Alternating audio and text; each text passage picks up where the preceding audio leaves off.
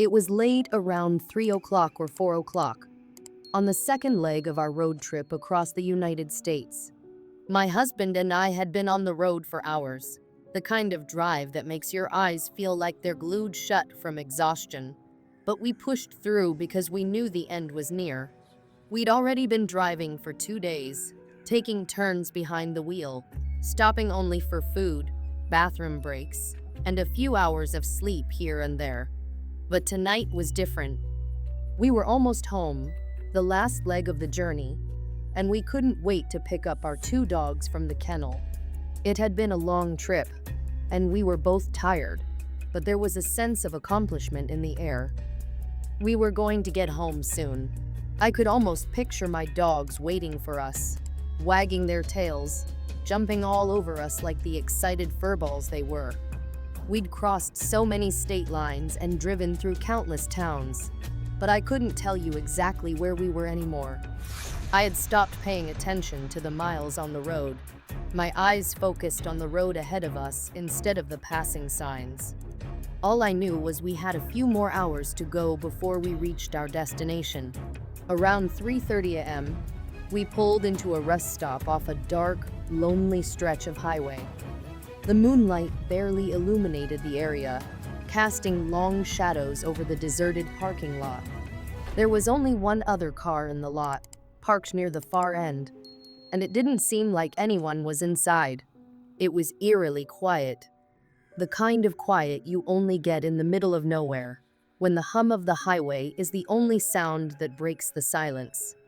My husband, who had been driving for hours, was ready for a break. We'd been switching places every couple of hours, but he needed a rest. I wasn't as tired, but I agreed it was a good time to swap. We decided to stretch our legs and give the dogs a quick walk before heading back out. I hopped out of the car and started walking toward the restrooms. I figured I'd take care of a few things before I let the dogs out. My husband stayed by the car, stretching his legs and lighting a cigarette. As I made my way across the lot, I couldn't help but notice how lonely it all felt. The rest stop was small, almost forgotten, and there was no one else around except for the lone trucker who had pulled into the trucker area, far from the main lot. It made me uneasy in a way I couldn't quite place, but I shrugged it off. I was just being paranoid.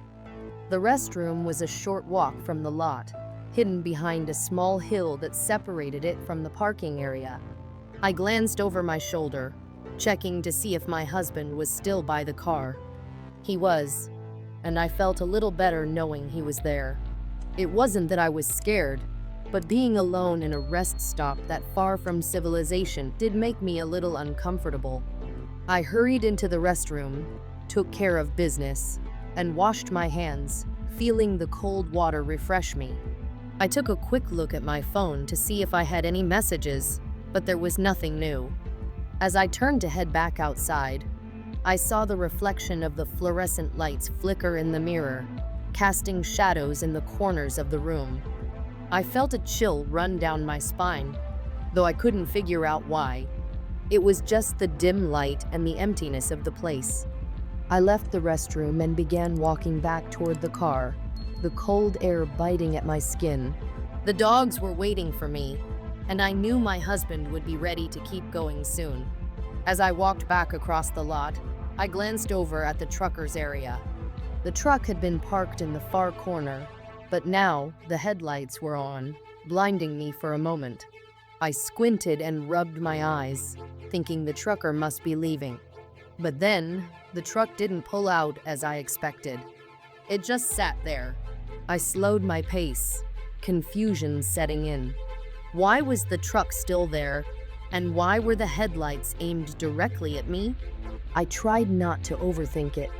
Maybe the trucker had just started the engine to warm it up, or maybe he was waiting for something. It wasn't uncommon for truckers to park at rest stops overnight, but something about this situation felt off. The trucker wasn't moving, and the lights were so bright that I couldn't see anything else. I kept walking, hoping the situation would resolve itself. But then I heard it. The trucker started flashing his lights at me. At first, I thought maybe he was trying to get my attention to ask for directions or to offer help, but the flashes were too repetitive, too deliberate. It wasn't a normal way of getting someone's attention. My stomach twisted in discomfort. My mind raced, trying to figure out if I had missed something or if I was just overreacting. Maybe the guy was just being friendly, but the more I thought about it, the more wrong it felt. I tried to ignore it and picked up my pace, walking briskly toward the car. The dogs were alert now, their heads turned in the direction of the truck. I could feel their tension, their instincts picking up on something I didn't understand yet. Just as I was about to reach the car, I heard the unmistakable sound of the truck's engine revving.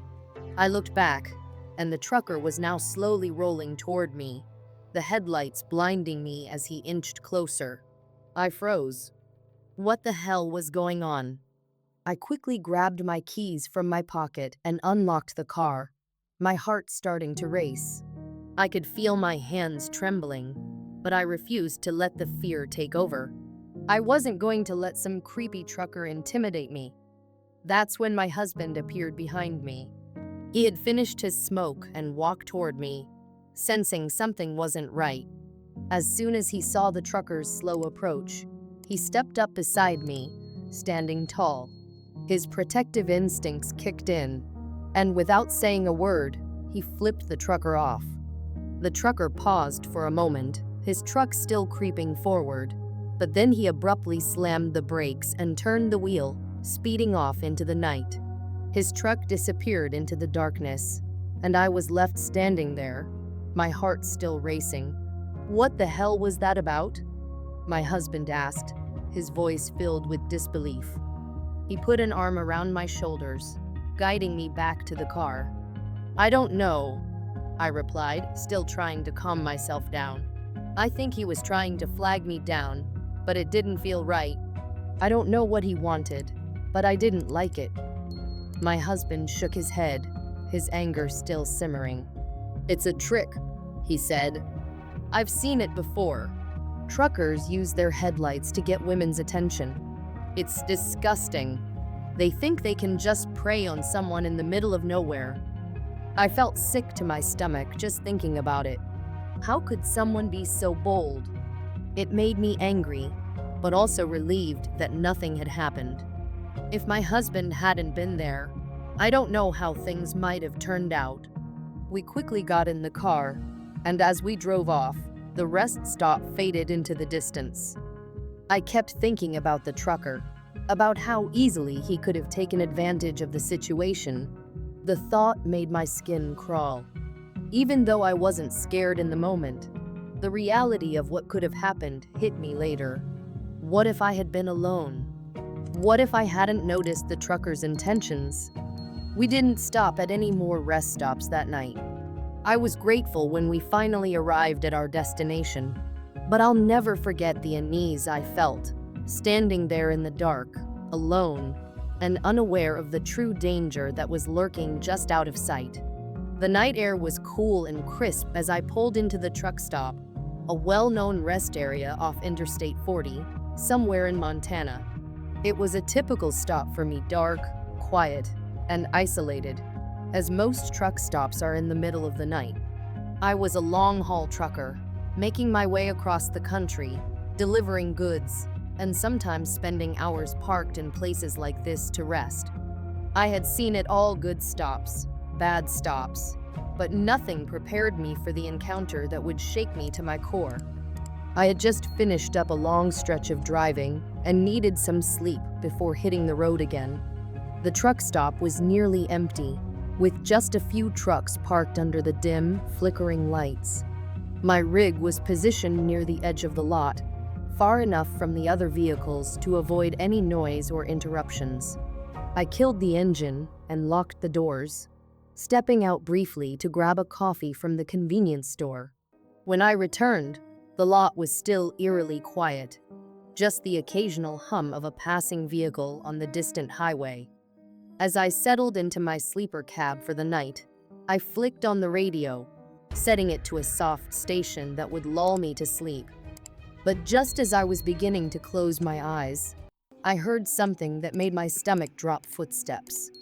At first, I thought it was just my imagination, the way your mind can sometimes play tricks on you when you're exhausted. But these footsteps were unmistakable, getting closer. They weren't the casual sounds of another trucker going about his business. They were deliberate, slow, almost cautious. I didn't move at first. My mind raced, trying to make sense of it. I tried to brush it off, telling myself it was probably just someone else who was parked nearby, but I couldn't shake the feeling that something was wrong. My heart began to beat faster, the hairs on the back of my neck standing up.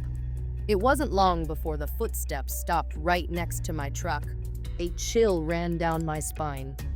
I could feel the presence outside, just beyond the door, but I couldn't see who it was. Then, a soft tap on the window, just enough to grab my attention. I froze, staring at the door, trying to make sense of what was happening. Whoever it was didn't leave, and they didn't speak. I stayed perfectly still, hoping they'd go away, but they didn't. I waited for what felt like an eternity, but I could hear them moving around, slowly circling the truck, like a predator sizing up its prey. I couldn't understand why they were doing this, but the unease grew stronger with every passing second. Eventually, the figure moved away from the door, and for a moment, I thought they were finally leaving. But then, something strange happened. The figure approached the rear of my truck, where I kept my trailer attached. I watched, unable to move, as the person ducked behind the van parked a few spaces away from me. I wasn't sure if they had seen me through the tinted windows or if they were just trying to hide, but I couldn't take my eyes off them. There was something off about the way they moved, something deliberate, almost calculated. I had parked far away from everyone else, so why was this person lingering so close to me? As I sat there, barely breathing, I thought about what to do. I didn't carry a gun with me, something I'd gotten a lot of flack for over the years. I did have a small club, the kind used to check tire pressure, but that didn't seem like much of a defense against someone who might have had worse intentions. My instincts screamed at me to confront the situation head-on, but I hesitated. What if they had a weapon? What if this was a setup? And I was about to make a terrible mistake? But I couldn't sit there and do nothing. I took a deep breath, gathered my courage, and decided to act. I threw the passenger door open, flicked on my flashlight, and jumped down to the ground. The small, powerful light beam cut through the darkness, illuminating the area around me. It wasn't much, but it would do. I started walking toward the van, my heart racing as I approached. When I reached the rear of the vehicle, I swept the flashlight across the space, trying to catch a glimpse of whoever was hiding behind the van. For a moment, I didn't see anything, but then I noticed something unusual: boots. The tips of boots barely poked out from behind the rear tire. Someone was crouched down, hiding just out of sight. My stomach dropped, and I couldn't believe what I was seeing. I kept the flashlight trained on the boots, trying to figure out what to do. I kept it there for what felt like forever, at least 15 or 20 seconds. Finally, I saw the boots shuffle backward, disappearing from view. The person was trying to hide. My stomach twisted in knots as I realized what was going on. This person wasn't just lurking around, they were intentionally staying out of sight, hoping I wouldn't notice them. A sense of dread settled over me, and I instinctively took a step back. I wanted to shout, but my voice caught in my throat.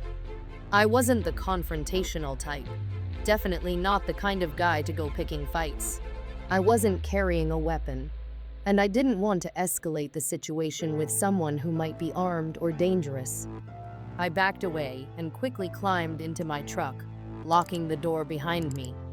I sat there for what felt like an eternity, my mind racing.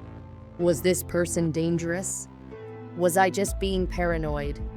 But as time passed, I began to realize they weren't going anywhere. The van remained parked, and I didn't hear any movement. The person, whoever they were, hadn't made a sound for what seemed like hours. After a while, I decided to rest. I was exhausted, and there wasn't much else I could do. I let my guard down just enough to drift into a light sleep, my eyes fluttering closed. But sleep didn't last long. I woke up to the unmistakable sound of a van starting. I glanced outside. Sure enough, the van had fired up its engine. It roared to life without even turning on its headlights and sped away into the night. I stared after it, still trying to process what had just happened. The encounter had been bizarre, unsettling, and left me with a feeling of dread that I couldn't shake. I sat for another 45 minutes, waiting for the fear to subside, but the unease stayed with me. Eventually, I decided to call it a night and hit the road. But even as I drove away, I couldn't help but wonder, who was that person? What were their intentions? I'm glad I didn't find out the hard way, and I'll never forget the lesson I learned that night.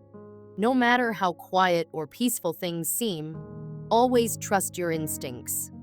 Never let your guard down, especially when you're on the road alone.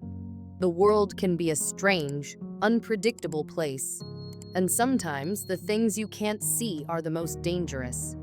I've always been wary of truck drivers. Back in 2013, I was just starting my education. After finishing the first term, I had to find an internship to keep moving forward. But securing one proved almost impossible. So, while I kept searching, I decided to take another job just to make sure we had food on the table. After some time, I learned that a friend of my fiance's family ran a handicap bus company, basically a taxi service for wheelchair users and those with other disabilities. He needed someone to cover the night shifts since the bus had to be on call nearly 22 hours a day. Since I'm a night owl, I jumped at the chance and told him I'd be happy to take the job. After getting the necessary license, I was hired. The job itself was simple: pick up passengers and drop them off at their destinations, and sometimes use a lift to get wheelchairs up or downstairs. When there were no trips scheduled, I'd park at a designated area and pass the time. I quickly found a truck stop nearby where I could park and catch some sleep. The gas station had coffee, which helped during the early hours of the shift. On the far side of the gas station's parking lot, across from the truck stop, there was an old, run-down restaurant with a motel attached to it. To avoid disturbing the truckers who were trying to sleep, I usually parked on the motel side. After parking there a few nights, I began to notice something strange. One particular room had a lot of people coming and going. At first, I thought nothing of it. But then, one night at the end of summer, as I was half asleep with the windows cracked open, I heard yelling coming from the motel. A man came running out of the room, looking frantic. And just as quickly, a large guy burst out after him, holding something in his hand. I couldn't make out what it was. I assumed it wasn't my business and went back to dozing off. Not long after, my phone went off. I had a trip, an hour's drive away. I started the bus and was pulling out of the parking lot when I saw the large guy coming around the corner. I didn't think much of it and left. The next night, when I returned to the parking lot around 2 or 3 a.m., I noticed something odd. Fist-sized rocks were scattered all over the area where I usually parked. I didn't connect the dots right away, but I decided to park a few spots over. I was tired and fell asleep quickly, but was suddenly jolted awake by a car honking its horn directly in front of my bus. The driver flashed their high beams and revved the engine. Thinking it was just some idiot trying to scare me, I was about to get out and confront them. But instead of driving off, the driver made the go-away gesture, indicating that I should leave. It hit me then I realized the dots were connecting. I stood my ground, not wanting to look weak. But with the high beams blinding me, I could barely see the car. After what felt like an eternity, but was probably no more than 30 seconds, the car finally drove off. I decided then that I would park near the trucks from now on. Weeks went by, and I didn't have any more strange encounters. That is, until one Sunday, after a grueling 12-hour shift.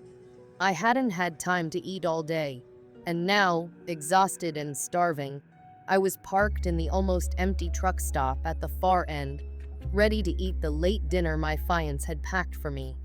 I settled in with my back against the driver's side door, turned on Netflix on my phone, and finally began to relax. But then, disaster struck. The bus rocked suddenly, and I heard the unmistakable sound of the door handles slamming back into position. I spun around and saw a man, hooded, quickly crouch down and crawl under the bus, holding a large kitchen knife in his right hand. My heart raced. I immediately made sure all the other doors were locked and scanned the area for any signs of him. The man was still under the bus, and his intentions were clear. I wasn't about to get out of the bus with him armed. I turned on the engine and the spotlight in the back, hoping to scare him off. Luckily, it worked. I saw him sprint into a nearby wooded area at the edge of the truck stop. From that night on, I never parked at that truck stop again, and I made sure the bus doors were always locked. A few months ago, I was driving back to school after visiting my parents.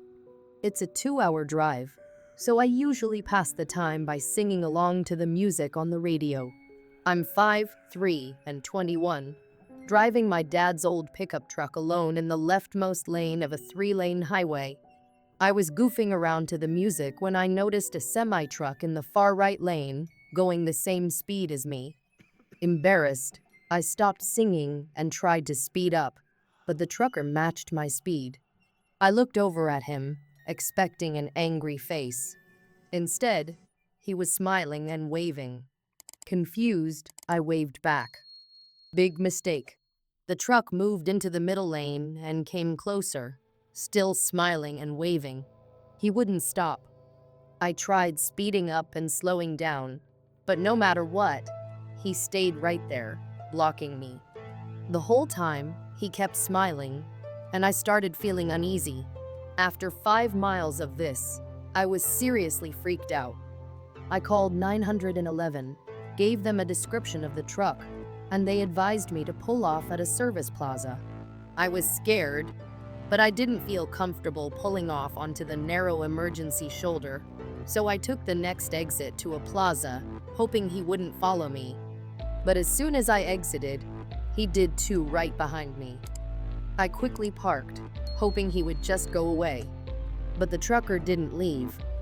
He parked too in the trucker parking area, and then started creeping around the back of the plaza, still staring at me with that creepy grin. I panicked and called 911 again. This time, the operator transferred me to someone else, who told me police cars were on the way but couldn't say when they'd arrive. As I sat in the truck, locked in place, I saw the driver walking toward me, still grinning. I showed him my phone, signaling that I was in contact with the police, hoping that would scare him off. He stopped, but I saw him hide behind a pillar, still watching me. My heart was pounding, and I could barely breathe. He circled my truck, looking for a way to get in. I couldn't take it anymore. I floored the gas pedal, telling the operator I wasn't waiting another second for the cops. They told me to focus on getting home safely, and I did just that. I don't know what happened to that trucker or if the police even found him, but what I do know is that none of this would have happened if my boyfriend had been with me. It's a stark reminder. I can't walk alone, and I sure as hell can't drive alone either. Not as a woman.